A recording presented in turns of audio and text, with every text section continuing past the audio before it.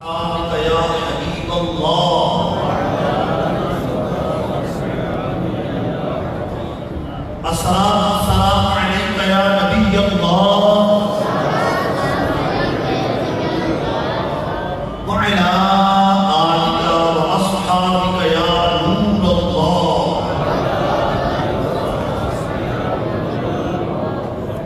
نویت سنت الاعتقاد۔ بیان کے آغاز میں درود پاک کے بارے میں ایک حدیث پاک بیان کروں گا۔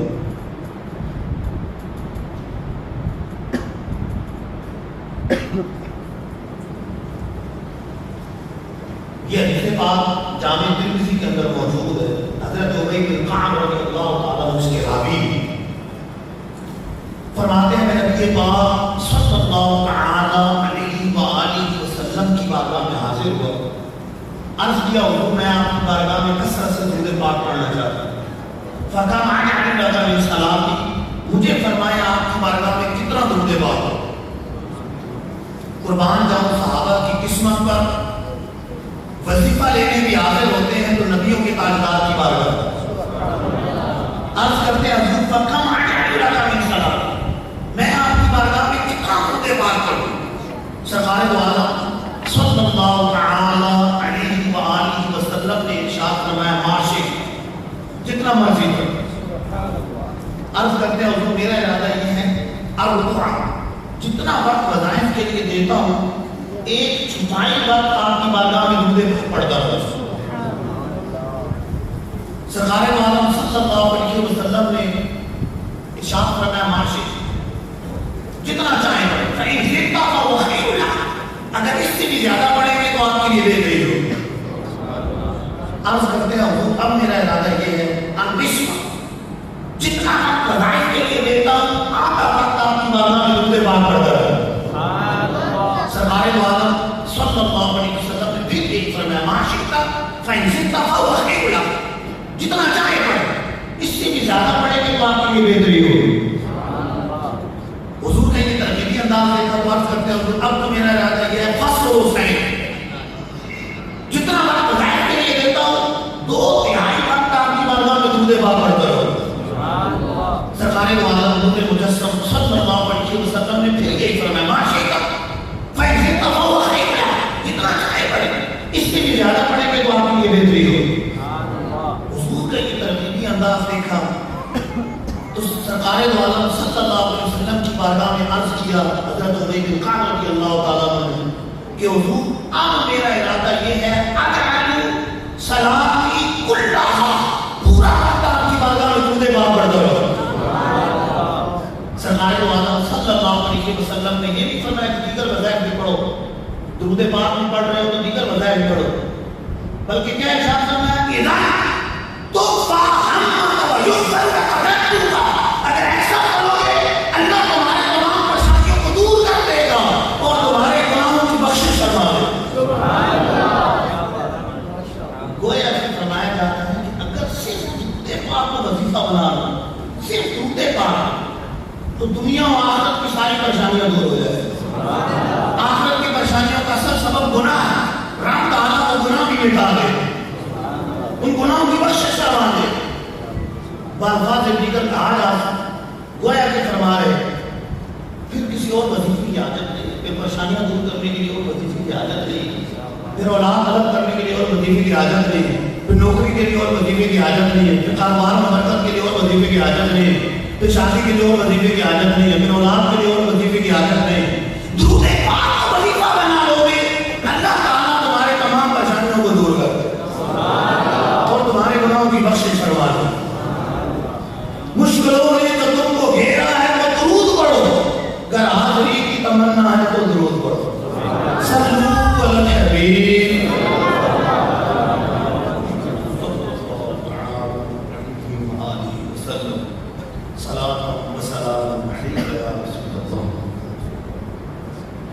اللہ عز و جل قرآن مجید میں ارشاد فرماتا ہے، یا ایھا النبی انا ارسلناک شاہدا ومبشرا ونذیرا وداعیا الی اللہ بإذنہ وسراجا منیرا۔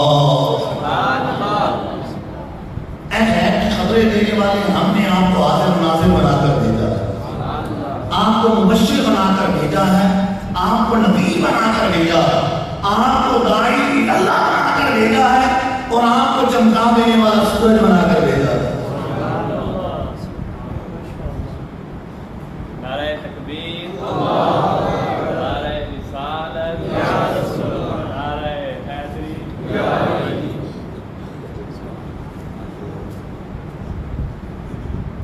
قربان جاؤں اعلیٰ حضرت امام اہل سنت کا اعلیٰ حضرت ترجمہ کرتے ہیں یا ایھا النبی، اے غیب کی خبریں دینے والے، اے غیب کی خبریں دینے والے، اے غیب کی خبریں دینے والے۔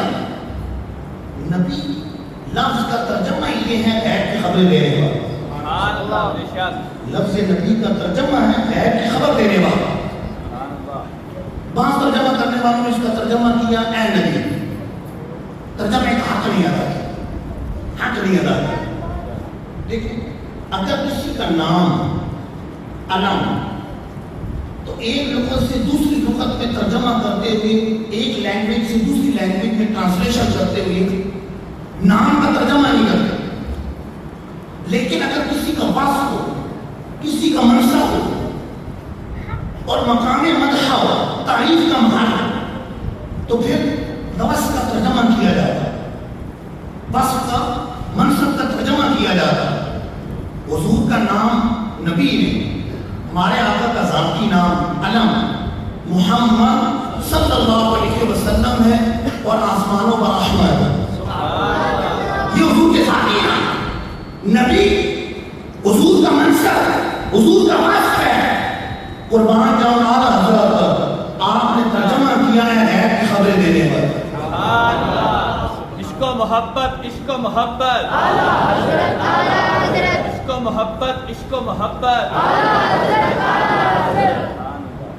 کسی کا نام عابد ہے، نام عابد ہے، ہو سکتا ہے نماز بھی نہ پڑھتا ہو۔ اب میں عربی کا جملہ بولتا ہوں جا عابد، تو ترجمہ کیا جائے گا عابد آیا، یہ نہیں کہیں کہ عبادت گزار ہے، کیونکہ عابد اس کا وصف نہیں ہے، خوبی نہیں، اس کا نام ہے عابد آیا، عابد آیا۔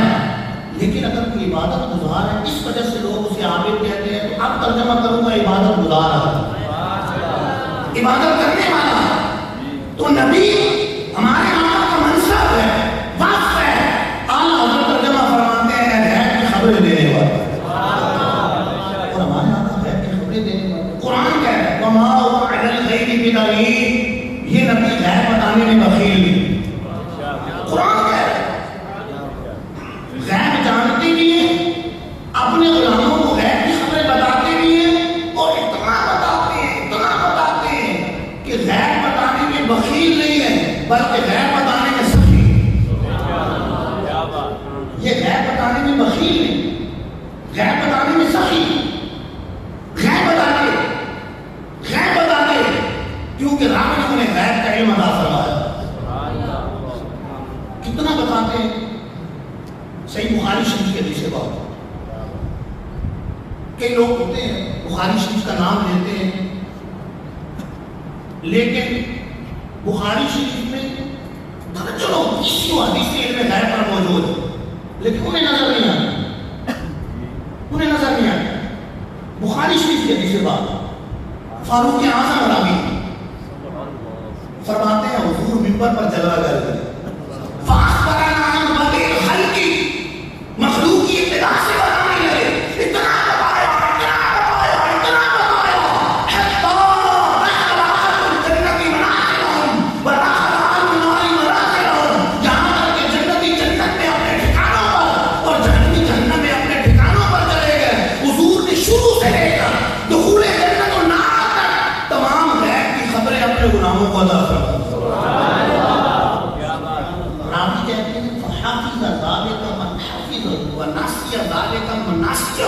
جس نے یاد رکھا تو یاد رکھا، جو بھول گیا تو بھول گیا۔ حضور نے تو ایک محفل میں شروع سے لے کر آخر تک، کہانی نہیں ہے بخاری شریف کے حدیث بات، شروع سے لے کر آخر تک تمام غیب کی خبریں غلاموں کو عطا فرما دے۔ تو بادشاہ ابن حدیث کا بڑا نام لیتے ہیں، علامہ ابن حجر اسقلانی نے کہا آئیں اس حدیث کے تحت علامہ کیا کہتے ہیں؟ بخاری شریف کی شرح فتح الباری علامہ ابن حجر اسقلانی لکھتے ہیں اس حدیث کے تحت عمدۃ القاری علامہ عینی اس حدیث کے تحت لکھتے ہیں، ارشاد الساری میں امام قسطلانی لکھتے ہیں، مرقات میں ملا علی قاری لکھتے ہیں، فرماتے ہیں چھوٹی سی محفل میں شروع سے آخر تک تمام غیب کی خبریں ایک محفل میں دے دینا، یہ کیسے ہوا؟ فرماتے ہیں یہ اس لیے ہوا کہ ہمارے آقا کا معجزہ تھا۔ تخصیص نہیں، یہ نہیں کہا کچھ موٹے موٹے واقعات بتائے ہیں، چند واقعات بتائے ہیں، کوئی 100-200 واقعات بتائے ہیں، نہیں، بلکہ فرمایا کیونکہ ہمارے آقا کا معجزہ ہے، تھوڑے سے وقت میں زیادہ کام ہو جاتا ہے۔ معراج کی رات کا واقعہ تو پتہ ہے نا، حدیثوں میں آتا ہے کہ ایک آسمان سے دوسرے آسمان تک 500 سال کی راہ، تو 7 آسمان کا کتنا ہوا؟ 3500 سال، 3500 سال ہوا، اور حضور تو عرش اولا سے بھی ماورا ہے، اور کتنی دیر میں حجرے کی کنڈی ہلنا شروع کی، حضور گئے واپس آئے کنڈی ہل رہی، تھوڑے سے وقت میں اتنا طویل سفر کیا، تھوڑے سے وقت میں سفر کیا، وہ بھی حضور کا معجزہ، اور ایک محفل میں شروع سے لے کر دخول جنت و نعمت تمام غیب کی خبریں اپنے غلاموں کو دے دینا، یہ بھی حضور کا معجزہ ہے۔ بخاری شریف کی حدیث سے بات ہے، سرکار دو عالم صلی اللہ علیہ وسلم خود پہاڑ پر تشریف لے گئے، ساتھ ابو بکر صدیق ہیں، ساتھ فاروق اعظم ہیں، ساتھ عثمان غنی ہیں۔ بچہ جانتا ہے فاروق اعظم شہید ہوئے، بچہ جانتا ہے فاروق اعظم شہید، لیکن برسوں بعد سرکار کے مثال حضور کی رہ گیا یاد کے برسوں بعد عثمان غنی شہید ہوئے، سب جانتے ہیں، بات کی بات ہے، حضور اور پہاڑ پر گئے، ساتھ ابو بکر صدیق، ساتھ فاروق اعظم، ساتھ عثمان غنی، ساتھ ابو بکر صدیق، فاروق اعظم، عثمان غنی، فراجہ فرین پہاڑ کھانپنے لگے، ہلنے لگے، حضور نے فرمایا اس وقت اور کے بعد ٹھہرو، فإنما علیک نبی و صدیق و شہیدان، تیرے اوپر اللہ کا نبی موجود ہے، ایک صدیق موجود ہے اور 2 شہید موجود ہے۔ بخاری شریف کی حدیث بتا رہی ہے کہ نگاہ نبوت کے سامنے مستقبل کے پردے نے کون شہید ہوگا کون شہید نہیں ہوگا حضور جانتے ہیں، کون شہید ہوگا کون شہید نہیں ہوگا حضور جانتے۔ اور بخاری شریف کی حدیث کہہ رہے ہیں، جو بخاری آج دیکھ لیں، میں بخاری زیادہ پڑھوں گا آپ کے سامنے، بخاری شریف زیادہ پڑھوں گا، بخاری کی حدیث سے بیان کر رہا ہوں، سرکار دو عالم صلی اللہ علیہ وسلم غیب جانتے، غیب جانتے، بعد میں شہید ہونا ہے ابھی خبر عطا فرما رہے ہیں، برسوں بعد شہید ہونا ہے ابھی خبر عطا فرما رہے ہیں، پتہ چلا کہ مستقبل کے پردے محبوب کی نگاہ کے سامنے پردے ہیں۔ ایک بڑی پیاری حدیث پاک، ساری حدیث پیاری، ایک حدیث پاک بخاری شریف کے اندر حضرت ابو موسیٰ اشعری رضی اللہ تعالیٰ عنہ راوی فرماتے ہیں سرکار دو عالم صلی اللہ علیہ وسلم کے ساتھ ایک باغ میں موجود تھا، دروازے پر دستک تھا، حضور نے پوچھا نہیں کون ہے، حدیث کے الفاظ سنا، حضور جانتے ہیں دیوار کے پیچھے کیا ہے، حدیث کے الفاظ فرمایا کہ افتح لہ وبشرہ بالجنہ، دروازہ کھولو اور جو بھی دروازے پر اسے جنت کی بشارت دو۔ دروازہ کھولا تو سامنے صدیق اکبر،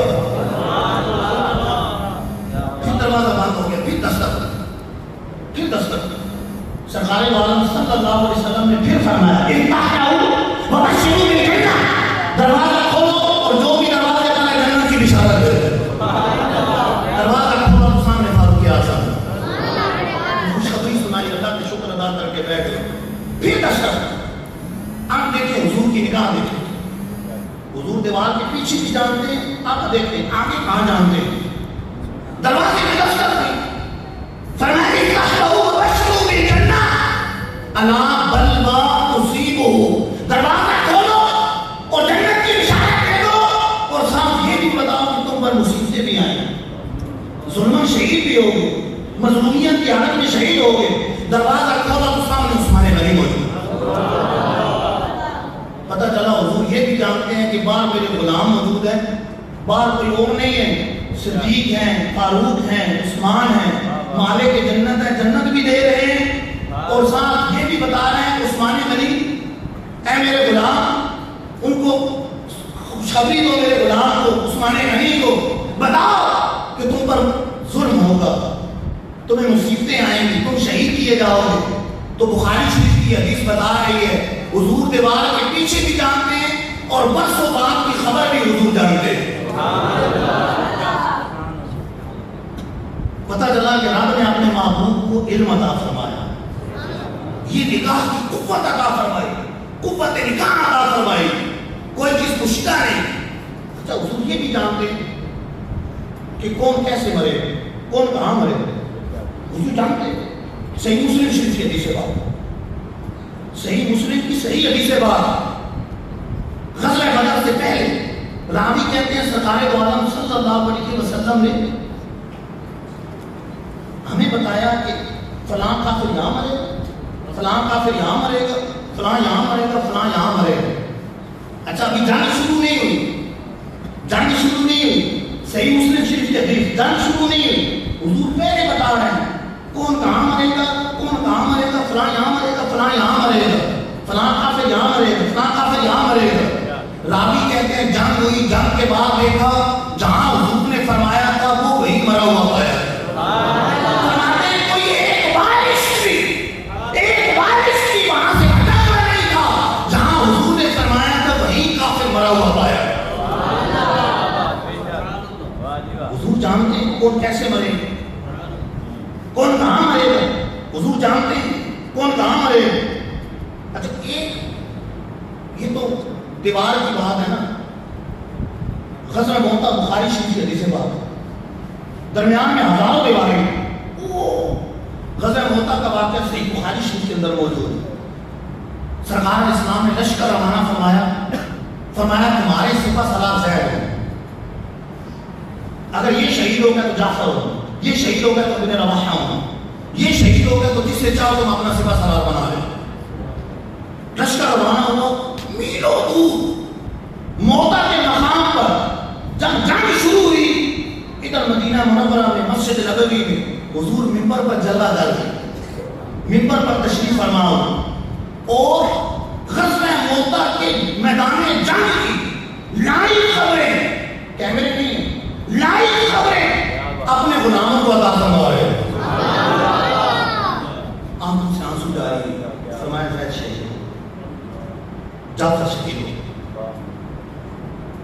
ابن رواحہ شہید ہو، پھر فرمایا یعنی خالد ابن ولید، اب اللہ کی ایک تلوار، یعنی خالد ابن ولید نے جھنڈا اٹھا لیا، وَلَقَدْ فَتَحَ عَلَيْهِمْ، اور رب نے انہیں فتح عطا فرما دی۔ دیوار پیچھے تو حضور جانتے ہی ہیں، یہاں ہزاروں دیواریں،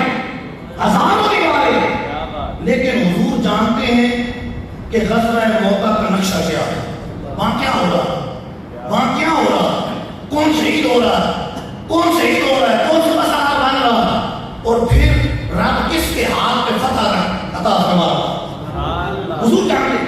اچھا دیکھیں اتنے دور معاملہ ہو رہا ہو، کیمرے نہیں لگے، حضور لائیو خبر غلاموں کا عطا فرما رہا، من کوئی خبر ہے جو وہاں ہو رہی، حضور کی نگاہ دیکھ رہی، صحیح بخاری شریف کی حدیث بات، لیکن محبت سے صحیح بخاری پڑھیں گے تو ہر دوسری حدیث میں حضور کی عظمت نظر آئے گی، لیکن بن عشق نبی کے پڑھتے پڑھاتے ہیں جو بخاری، آتا ہے بخار ان کو، آتی نہیں بخاری۔ ہم محبت سے پڑھیں گے تو ہر دوسری حدیث حضور کی عظمت بیان کرے گی۔ کیمرے دیکھتے کراچی لگے ہوئے ہیں، مدنی چینل چل رہا ہے، یہاں لائیو دیکھتے ہیں پروگرام، دنیا کے دوسرے کونے میں چل رہا ہو، کیمروں کے ذریعے ہم لائیو دیکھتے ہیں۔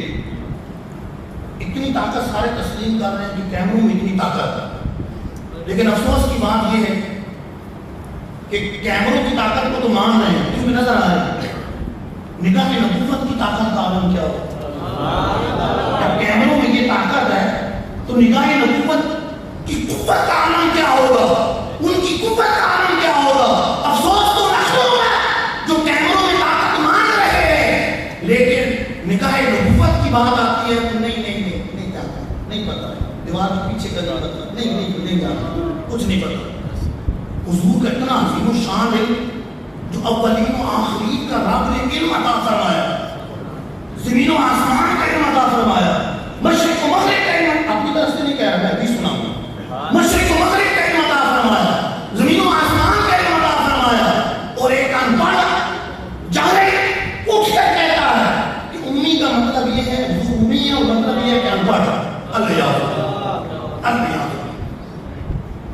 حالانکہ امی کا مطلب یہ ہے کہ حضور نے کسی انسان سے نہیں پڑھا، ڈائریکٹ رب نے علم عطا فرمایا اور مشرق و مغرب کا علم دیا، زمین و آسمان کا علم دیا. جامع ترمذی کی حدیث بات 670 میں سے جامع ترمذی کتاب و تفسیر، سرکار دو عالم صلی اللہ علیہ وسلم فرماتے ہیں رأیت عز وجل، میں نے اپنے رب کے جلوے دیکھے،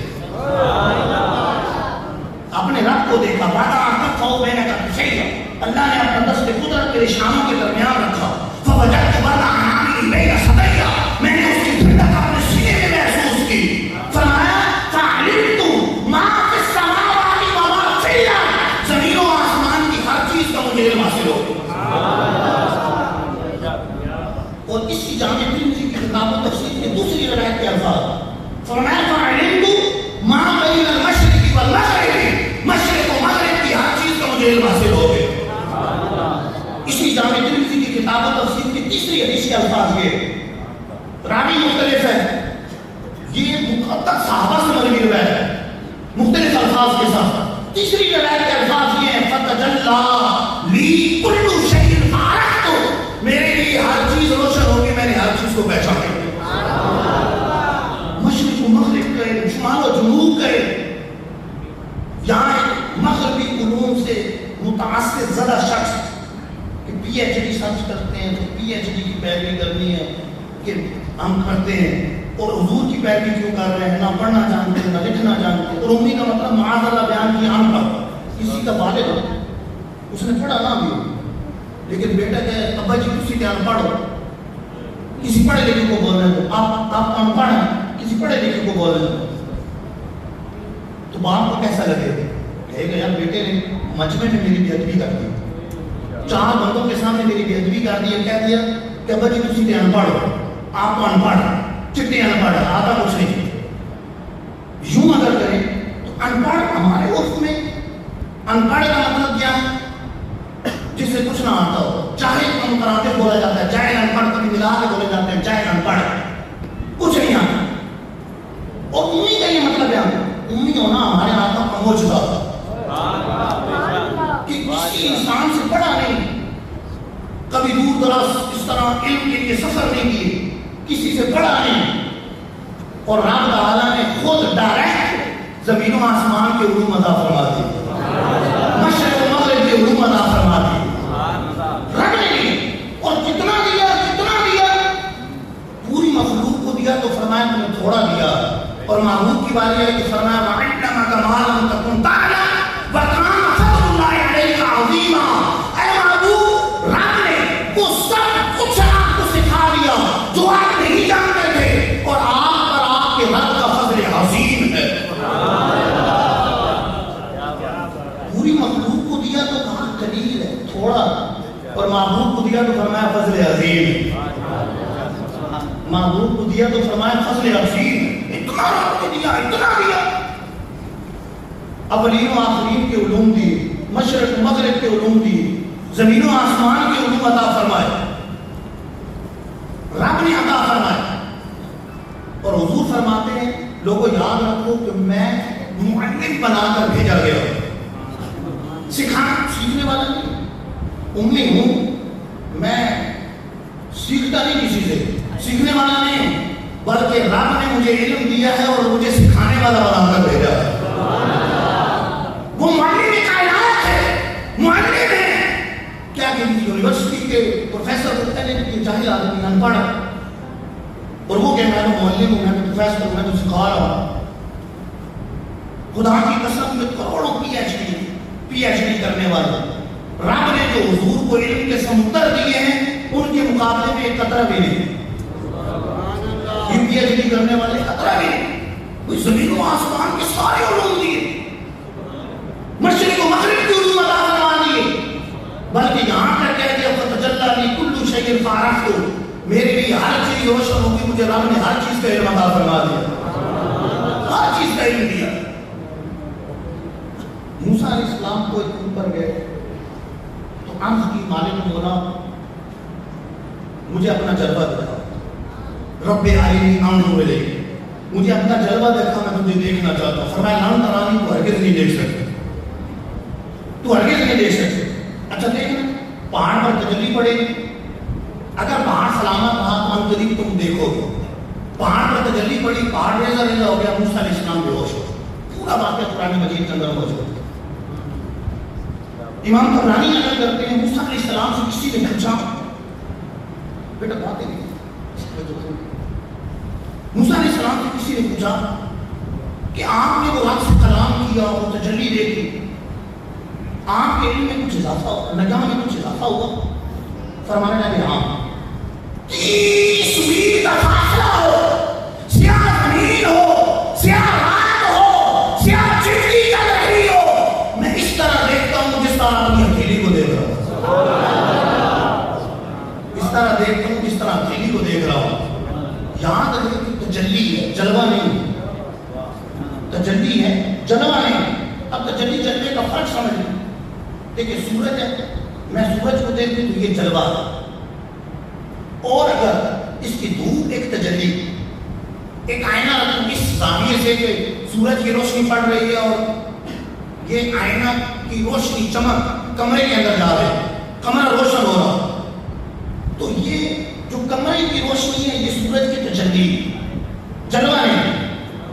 اچھا ادھر تجلی ہے، ادھر محبوب کریم نے رب کے جلوے دیکھے، ادھر انڈائریکٹ، ادھر پہاڑ پر پڑی انڈائریکٹ، اور محبوب نے ڈائریکٹ دیکھا، محبوب نے ڈائریکٹ دیکھا۔ اچھا یہ ہے موسیٰ علیہ السلام بے ہوش ہو، اور حضور نے کیسے دیکھا؟ رب کہہ رہا ما ذاق البصر وما طغى، آنکھ نہ جھٹکی، آنکھ ٹیڑھی نہ ہوئی، بالفاظ دیگر ٹکٹکی باندھ کر رب کے جلوے دیکھے۔ تجلی کا یہ عالم ہے کہ 30 میل کے فاصلے پر سیاہ زمین پر سیاہ رات میں سیاہ چٹی چل رہی ہے، ایسے دیکھتے ہیں جس طرح ہتھیلی کو دیکھ رہے ہو، تو پھر جلووں کا عالم کیا ہو؟ یقیناً جلووں کا عالم وہی ہونا چاہیے جو حدیث بیان کی فَعَلِمْتُ مَا فِي السَّمَاوَاتِ وَمَا فِي الْأَرْضِ، وہ فرماتا ہے فَرَأَيْتُ عَزَّ وَجَلَّ، میں نے رب کے جلوے دیکھے، وعدہ قَفَّهُ بَيْنَ كَتِفَيَّ، رب نے اپنا دست قدرت میرے شانوں کے درمیان رکھا، فَوَجَدْتُ بَرْدَ عَامِلِي بَيْنَ صَدَيَّ، میں نے اس کی ٹھنڈک اپنے سینے میں محسوس کی، فَعَلِمْتُ مَا فِي السَّمَاوَاتِ وَمَا فِي الْأَرْضِ، زمین و آسمان کی ہر چیز کا مجھے علم حاصل ہو گیا، زمین و آسمان کی ہر چیز کا علم حاصل ہو گیا۔ اعلیٰ حضرت بڑے پیارے انداز سے سمجھاتے ہیں، اور کوئی غیب کیا تم سے نیا ہو بھلا، جاننا خدا ہی چھپا تم پہ کروڑو، جب رب کو دیکھ لیا تو کون سی بھی خوشی نہ رہ سکتی۔ اور اعلیٰ حضرت فرماتے ہیں سر عرش پر ہے تیری نظر، دل فرش پر ہے تیری نظر، ملکوت و ملک میں کوئی شے نہیں وہ جو تجھ پہ عیان ہے۔ عرش بلند ترین مقام، اس کے اوپر مکان نہیں ہے، اللہ مکان، نو پلیس، بلند ترین مقام، اور اس کا بھی سر، اور وہ بھی ٹھکانہ نہیں بلکہ گزر، جب اتنی بلند پرواز ہے اور نظر کتنی وسیع ہے، دل پہ نظر ہو تو پورے جسم پہ نظر ہوتی ہے۔ اعلیٰ حضرت فرماتے ہیں کہ زمین کے دل پہ نظر، زمین کے گوئے کہ پوری زمین پہ نظر، فرماتے ہیں سر عرش پر ہے تیری گزر، دل فرش پر ہے تیری نظر، ملکوت و ملک میں کوئی شے نہیں وہ جو تجھ پہ عیان ہے۔ تو رب نے محبوب کو کتنی وسیع نگاہ عطا فرمائی، کتنی وسیع۔ صحیح مسلم شریف کے حدیث بات ہے، سرکار دو عالم صلی اللہ علیہ وسلم ارشاد فرماتے ہیں ان اللہ تبارک الارض، اللہ نے میرے لیے زمین کو اٹھا دیا، اللہ نے میرے لیے زمین کو میرے سامنے کر دیا، اٹھا دیا، میرے سامنے کر دیا. فرماتے ہیں رأیت مشارقہ و مغاربہ، یہاں تک کہ میں نے زمین کے مشارق کو بھی دیکھ لیا، مغارب کو بھی دیکھ لیا. مشرق نہیں کہا مشارق، مغرب نہیں کہا مغارب. گویا کہ شمال جنوب، مشرق مغرب شمال جنوب، ساری جہات، تمام کائنات رب نے معبود کے سامنے فرما دی. اچھا بعض لوگ اس طرح کی باتیں کرتے ہیں، یہ وقتی طور پہ دیا اور لے لیں، یہ وقتی طور پہ دیا اور لے لیں. ایک سیدھی سی بات بیٹھے بیٹھے دیا اور لے لیں، ایک سیدھی سی بات ہے کہ دینا حدیث سے ثابت ہے. حضور کو رب نے دیا ثابت ہے، لینے پر کیا دلیل؟ لینے پر کیا دلیل؟ بلکہ مجھے کہنے دیں کہ دینے پر تو حدیث دلیل ہے، لینے پر بغض نبی کے علاوہ کیا دلیل؟ کیا دلیل ہے بغض نبی کے علاوہ؟ دیکھیں اپنے محبوب کے لوگ فضائل بیان کرتا ہے، بعض جو دنیا دار محبوب ہوتے ہیں ثابت بھی نہیں ہوتا تو بیان کرتے ہیں، ثابت بھی نہیں ہوتا بیان کرتے ہیں. یہاں رب نے دیا، سراہتاً حدیث کہہ رہی ہے، سراہتاً حدیث کہہ رہی ہے، واپس لینے پر کوئی دلیل نہیں ہے، کوئی دلیل نہیں ہے، لیکن خواہ لے لیا، واپس لے لیا. کیا دلیل ہے؟ دلیل کوئی نہیں، لیکن واپس لے لیا، واپس لے لیا. اچھا دیکھیں کوئی کسی کو دے پھر واپس لے لے، اس کی وجوہات ہوتی ہیں. یہاں تو دینے والے سخی ہیں، دیا ہے پھر ہمت نہیں پڑی واپس لے. اچھا یا جس کو دیا ہے وہ اہل نہیں، شکر گزار نہیں ہے، اہل نہیں، واپس لے لے. یہاں دینے والا رب ہے، ان اللہ علی کل شیء قدیر، اس کی ذات ہے، وہ رب ہے جو تمام جذباتوں سے بڑھ کر جذبات ہے، وہ رب دے رہا ہے. اور جس معبود کو دیا ہے اس معبود سے بڑھ کر اس صفت کا تمام مخلوق میں کوئی اہل نہیں. تو رب نے معبود کو دیا ہے تو اس میں اضافہ ہی ہوگا، کمی نہیں ہوگی. اور معبود کو دیا ہے تو واپس نہیں لے گا، معبود کے پاس رہے گا. چلیں لینے والوں کے پاس تو کوئی دلیل نہیں، ہمیشہ باقی رہے گا بلکہ بڑھے گا. اس پر قرآن گواہ. کیسے؟ قرآن کہہ رہا ہے وَالْآخِرَةُ خَيْرٌ لَكَ مِنَ الْأُولَىٰ، اے معبود آپ کی آنے والی گھڑی پچھلی گھڑی سے بہتر ہے، آنے والی گھڑی پچھلی گھڑی سے بہتر ہے. تو پتہ چلا رب نے جو وصف کمال معبود کو دیا ہے اب اس میں اضافہ ہی اضافہ، اب اس میں بڑھوتری ہے، اس میں اضافہ، اس میں کمی نہیں ہوگی، اس میں کمی نہیں ہوگی، اس میں اضافہ ہی ہوگا.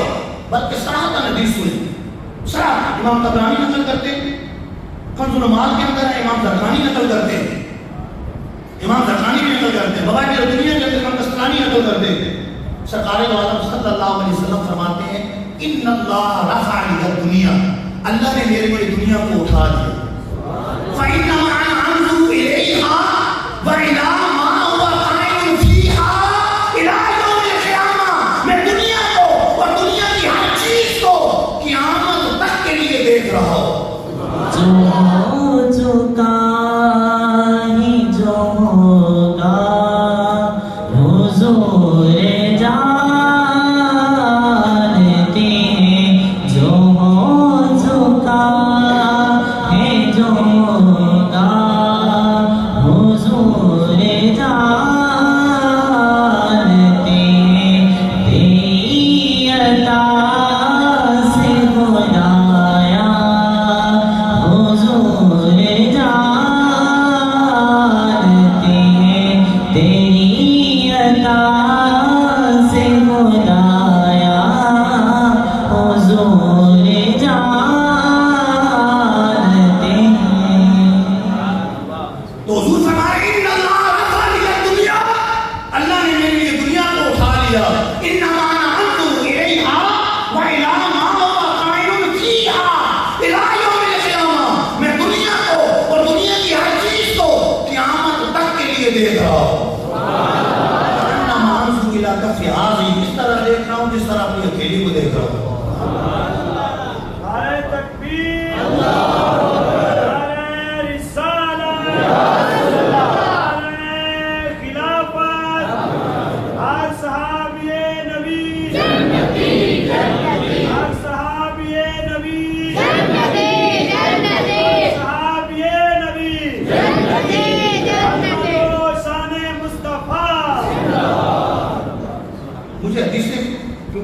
کے کام میں مجھے فرمایا گیا تھا 45 پونا گھنٹہ بیان ہوگا، پھر سوالات جوابات ہوں گے، تو میں اس وجہ سے کلوزنگ کی طرف بھی جا رہا ہوں، وہ حدیث سے یاد آتی جا رہی ہے۔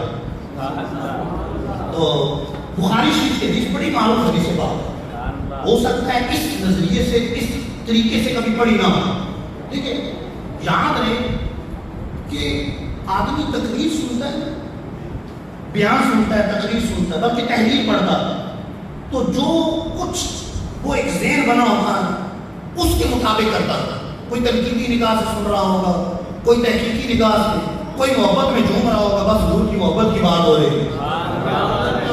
اچھا، یہ دل کی کیفیت اور یہ صحبت سے پتہ چلے گی جس کو سنیں گے۔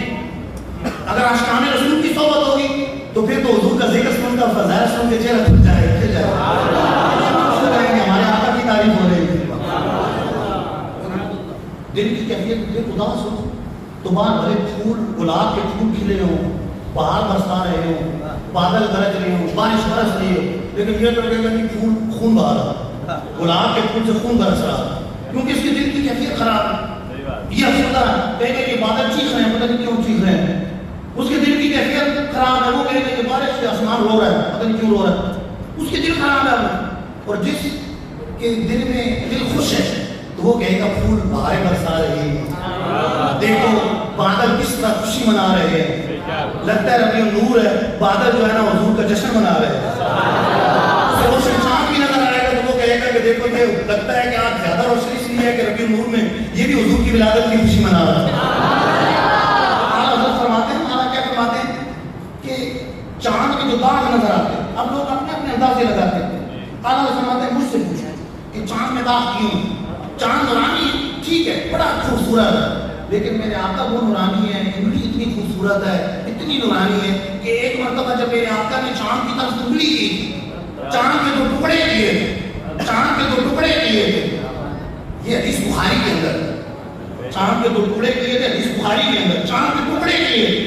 اس وقت حضور کی جو نورانیت چاند پہ پڑی تھی، آج تک حضور کی محبت میں چاند کا سینہ جل رہا ہے۔ شعر سنیں، بلکہ انگشتے نبی اس میں چمکی کی ایک بار، آج تک ہے سینہ ماہ میں نشان سوف کا۔ نور کا گولا نظر آ رہا ہے، اللہ فرماتا ہے مجھ سے پوچھو تمہیں یہ نور کا سب سے بڑا جسم نظر آ رہا ہے، یہ تو میرے آقا کے دسترخوان کی جلیل ہوتی ہے، جس کو کل سے ماہ سمجھا ہے، جہاں ہے گناہوں ان کے خانے جود کا ہے ایک نانے سوخ کا۔ جب نانے سوخ کا یہ عالم ہے تو نانے صحیح کا عالم کیا ہے؟ پھر حضور کے انگلیوں کے ناخنوں کا عالم کیا ہے؟ حضور کے چہرے کی نورانیت کا عالم کیا ہے؟ آسمان جھکا ہوا ہے، کوئی کہتا ہے اس کی جھکا ہوا ہے، اس سے کہتا ہے مجھ سے پوچھ۔ آسمان نے کہا تھا میرے اوپر یہ ہے، یہ ہے، یہ ہے، زمین نے ایک ہی تانا مارا، اس کی کمر جھکے۔ کیا تانا مارا تھا؟ کیا کہا تھا؟ خم ہو گئی پشتے کھڑا اس ساری زمین سے، سن ہم کے مدینہ ہے رتبہ ہے ہمارا۔ اگر محبت سے دیکھیں تو بخاری شریف کی ہر حدیث حضور کی عظمت بیان کرے، قرآن مجید کی آیات حضور کی عظمت بیان کرے۔ اگر محبت ہے، عاشقان رسول کی صحبت، کسی ایسے بندے کی صحبت نہیں ہے کہ جو حضور کے اختیارات کو نہ مانے، تصرفات کو نہ مانے، حضور کی قدرت، رب نے جو قدرت دی، طاقت دی، اس کو نہ مانے۔ وہ کہے کہ یہ تو شاعر ہوئی، فلاں شاعر ہوئی، انبیاء تو شاعر ہوئی، معاذ اللہ، معاذ اللہ، معاذ اللہ، ہمارے تو زبانیں کام ہیں۔ اس طرح کہے کہ انبیاء نے اسلام کو اپنا پیشاب بھی نہیں روک سکتے۔ اللہ یاد اللہ، اللہ یاد اللہ۔ اعلیٰ حضرت سے پوچھے رب نے حضور کو کتنی طاقت دی؟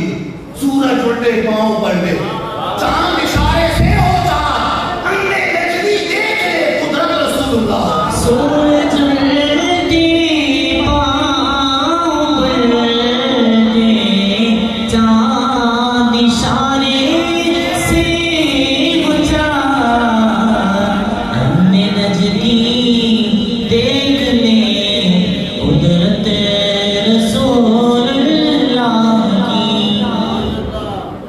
تو میں عرض کر رہا تھا کہ بخاری شریف میں کتنی حدیثیں بیان کی، علم غیب پر کتنی حدیثیں بیان کی۔ ایک اور حدیث ہے، بڑی معروف حدیث بات ہے، سرکار دو عالم صلی اللہ علیہ وسلم 2 قبروں پر سے گزرے، منو منڈی ہے نیچے، نیچے کیا ہو رہا ہے کسی کو کیا پتا؟ لیکن اللہ کے نبی جانتے ہیں.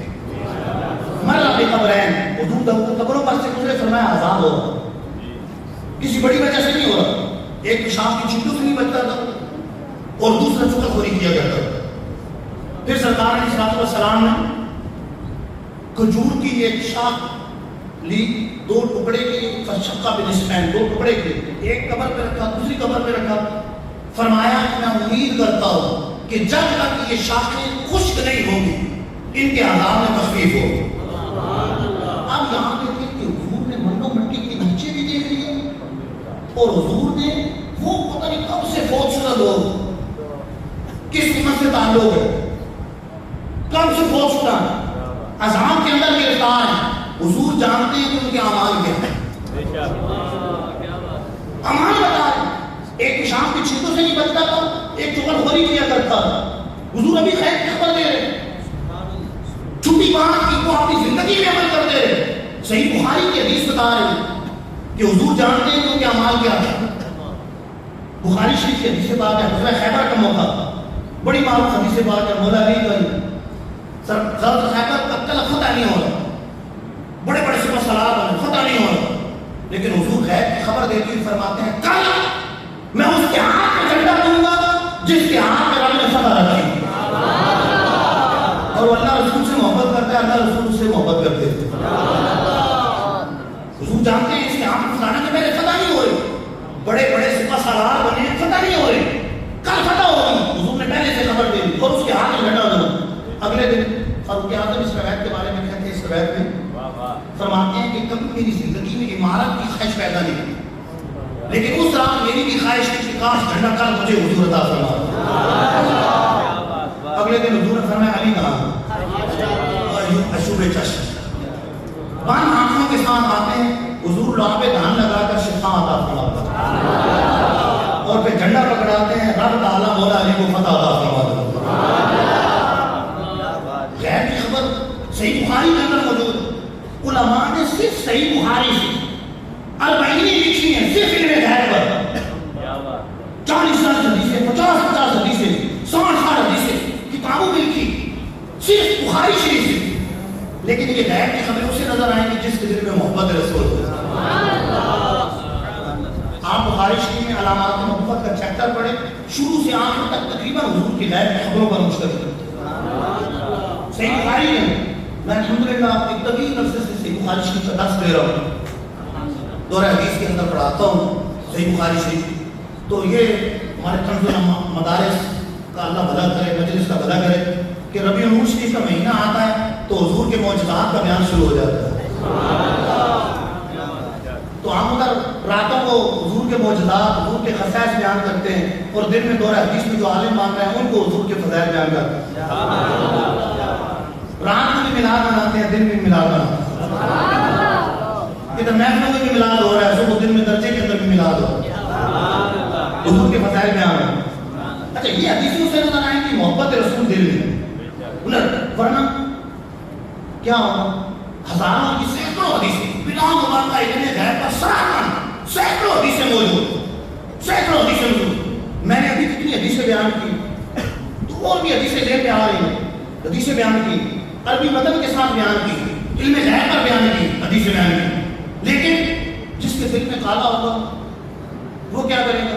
اچھا فلاں جگہ سوال ہوا تھا جواب نہیں، 2-4 حدیث، 2-4 فلاں جگہ سوال نہیں ہوا جواب. اچھا وہ 2-4 انگلیوں پہ گئے وہ یاد آئیں گے اور یہ نہیں دیکھتے کہ حضور نے اتنی غیب کی خبریں دی. اور جواب نہ دینا یاد رکھیں عدم علم کی دلیل نہیں، جواب نہ دینا عدم علم کی دلیل نہیں، لیکن جواب دینا ضرور علم کی دلیل.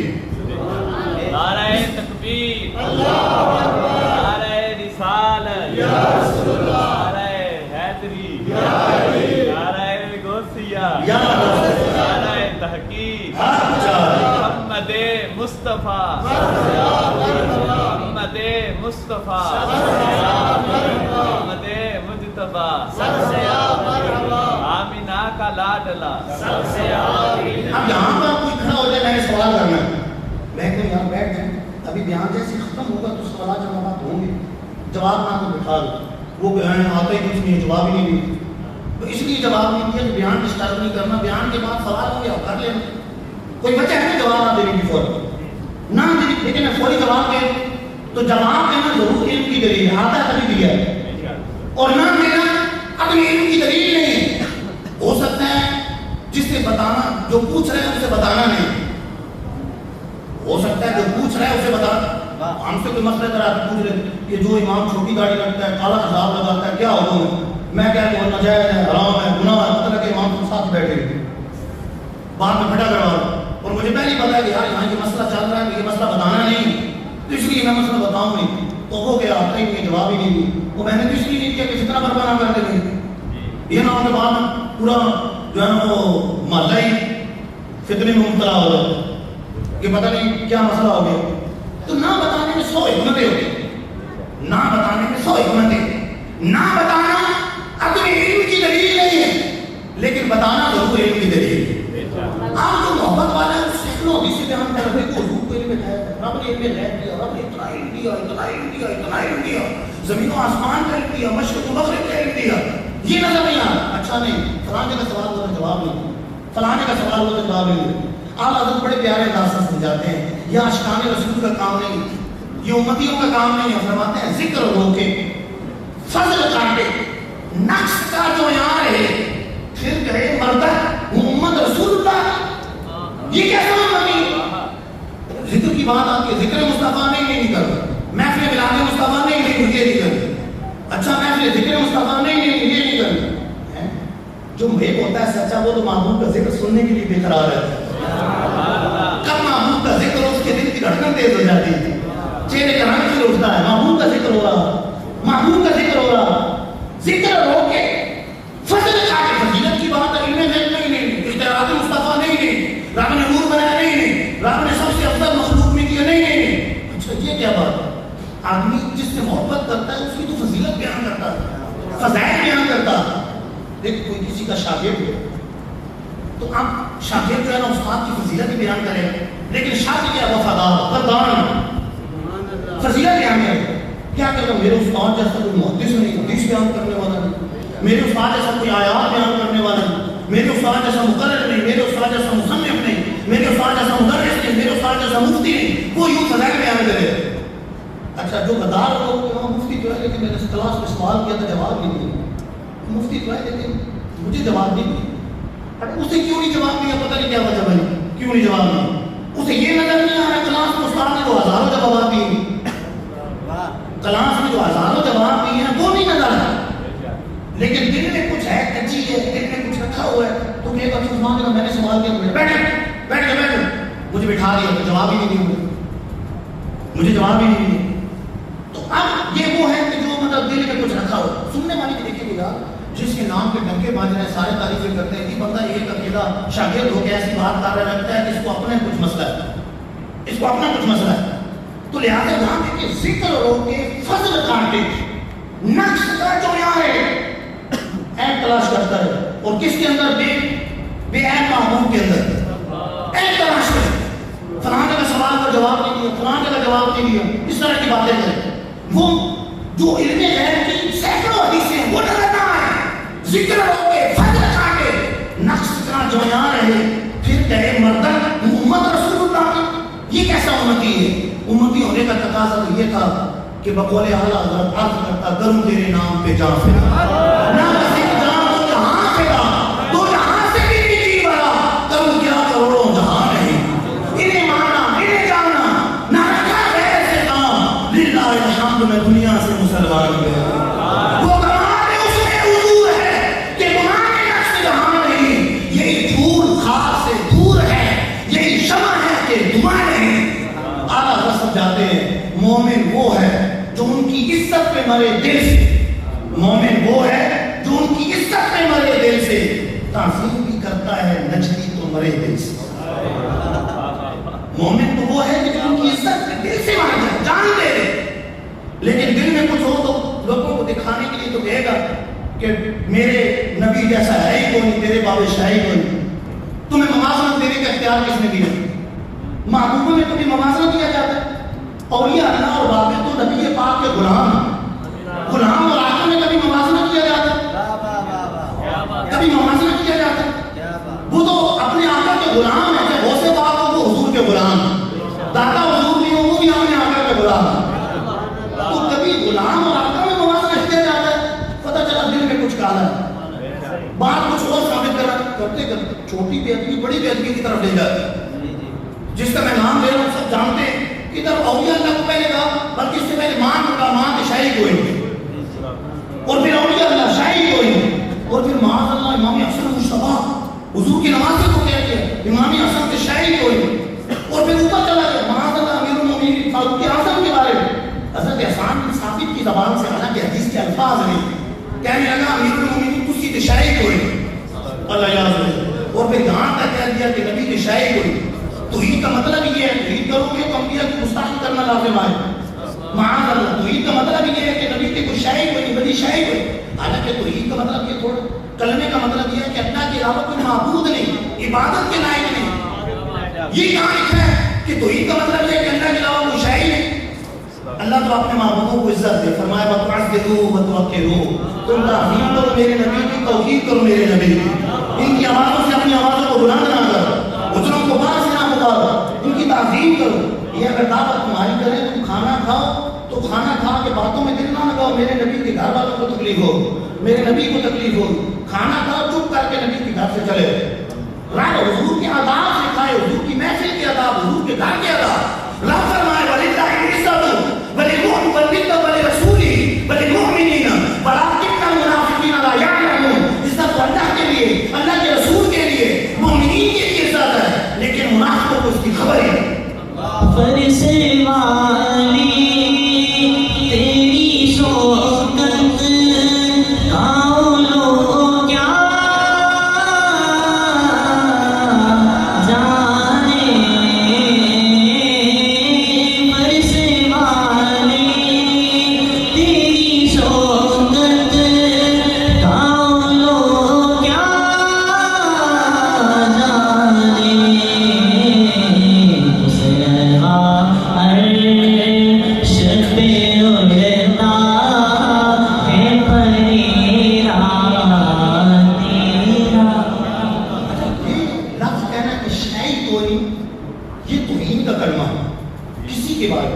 باپ کو بھی تو کہہ دے ابا جی آپ نے مجھے پالا پوسا بڑے احسان کیے لیکن تسی تے شاہی ہوئی.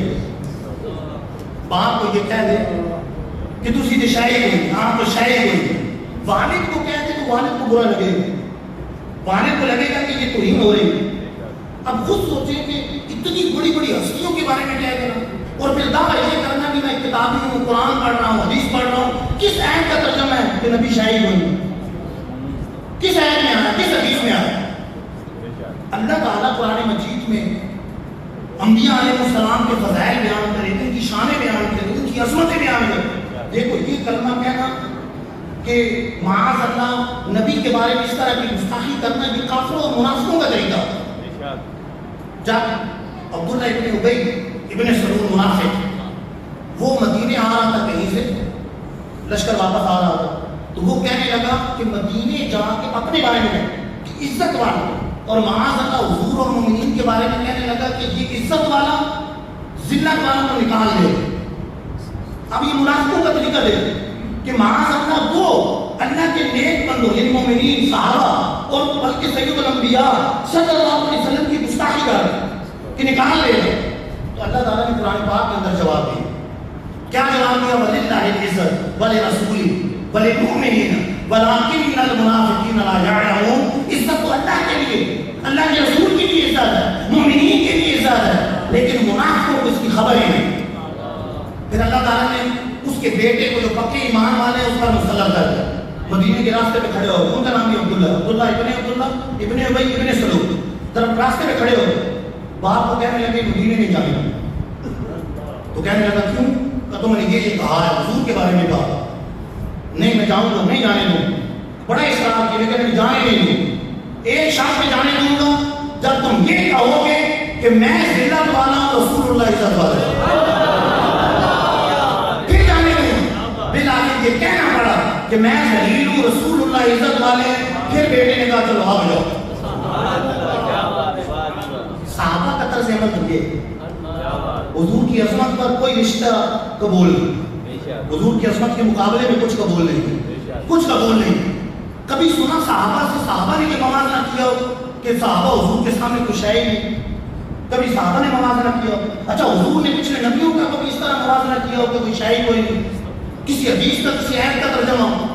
لیکن یہاں یہ ہوتا ہے کہ سننے والا پڑھ کرنے والا بھی ان پڑھ اور سننے والے بھی ان پڑھ، دین پڑھا نہیں، اور جو سنتے ہیں سمجھتے ہیں اچھا سچی بات ہے، صحیح بات ہے، اچھا صحیح بات ہے.